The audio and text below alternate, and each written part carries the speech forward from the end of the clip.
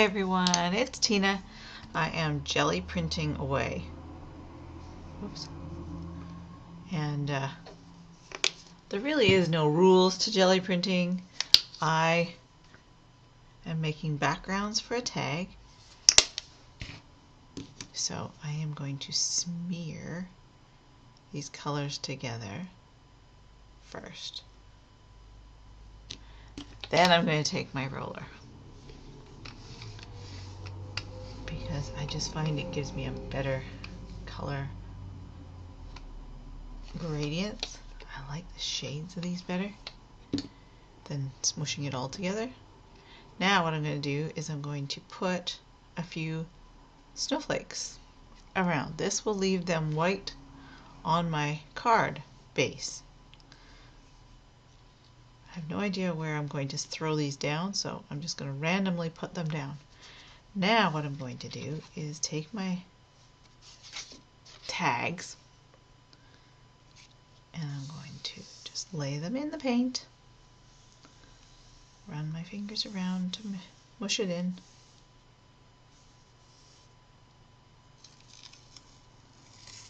And pull them up. And abracadabra, we have background paper. And I think it looks really organic, I guess is a good word for it.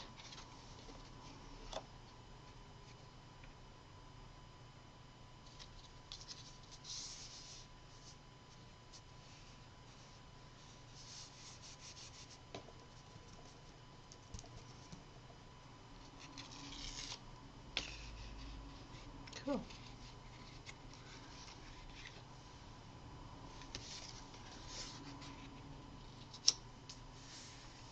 There is no one way of doing this. It can be so many different things. And you could do the whole sheet first. Try that. I might use a thinner paper. I might try it with vellum or something, because this seems to be not getting all the little edges. Let me try it with vellum.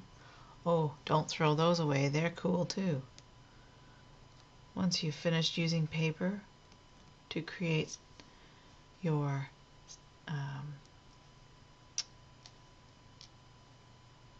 mask, that's the word I'm looking for, they look really cool. So there's your punches. I'm going to try it with vellum and see if that makes a difference, because if it does, then I might just use, I won't use vellum every time, but it's thinner, so I'm going to try it. Put this back down. Let's get a little more blue.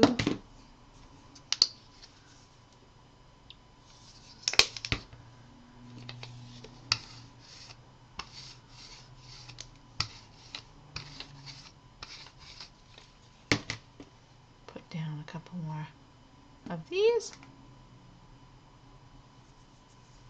Ah, I have no more tags. Hang on, I gotta make more tags. Stamp. My tags stamped out. I'm going to move a couple of these over.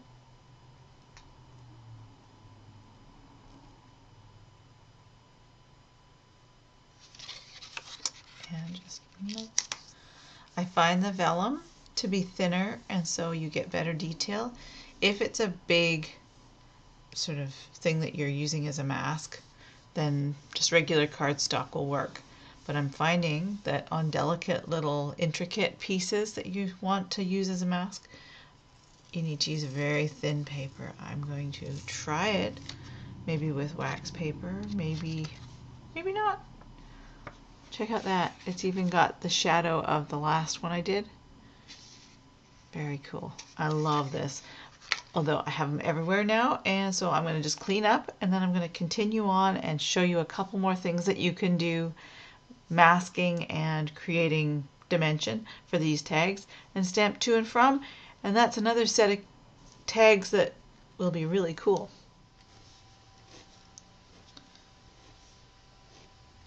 I'm using this On the Edge die by Tim Holtz, and what I'm going to do, I cut it out in black, well, sort of a charcoaly color, and then I'm going to place it on the bottom edge of the tag. and stick it down. And it gives me another mask in front of what I've already done. What I'll do is trim the tag from the back in a minute. So I'll do it again. Basically, just so that I stick down the tops of the houses to the paper. I'm putting glue behind the houses and across the bottom.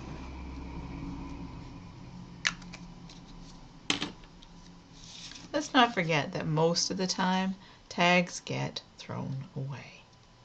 So if you want to spend tons of time on your tags, go for it. And if you think your friends and neighbors and family will keep the tags, then spend all the time you want on them. Myself, I know the kids, and the kids are all we really buy for now, and so they will just toss them. Yeah, they'll read it just as a reference to know that it's theirs, and then it'll be put aside.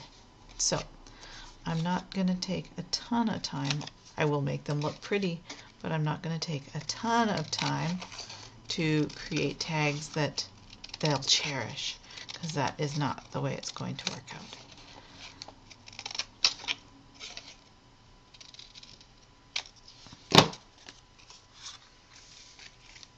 Then I will embellish with some dimensional. I'll put these few that I've cut out. I have some Spellbinder dies that are snowflakes, and I can cut out fairly heavy chipboard with them. I also have an on the edge die of snow flurries, which would be really cool too. It would look really neat with the snowflakes on the top part instead of the houses on the bottom. The other thing that I wanted to show you, and I may just use one of these. Let's find one that's got some contrasting colors there. That one will work. What I wanted to show you with this is how to make your tag reinforcing punch. Here we go. So basically what you do is you will punch out a circle.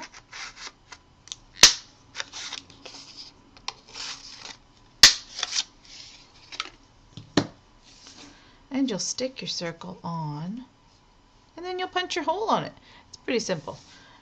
Tim Holtz charges a lot of money for doing these, to buy these industrial ones, but you can easily make them yourself with whatever paper you choose.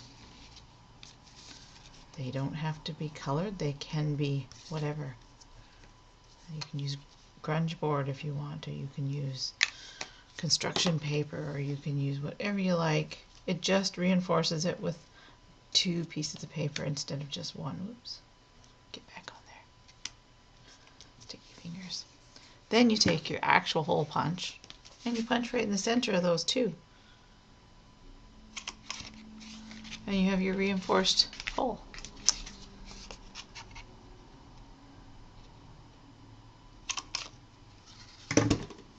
Ta-da! Isn't that pretty? Then I would just pop these up on a little pop dot. And I have got the world's smallest pop dots ever. The amount of wastage around it. I try and use it for other things, but it sure is a lot of wasted extra bits on this company's. But whatever. Whatever. There we go. Okay, so I'm going to put to and from.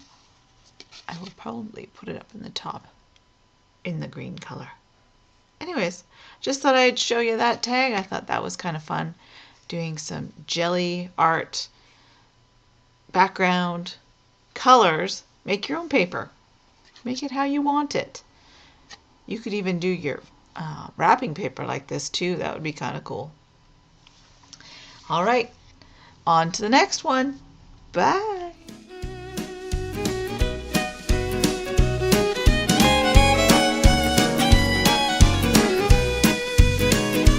snowy days and frosty nights.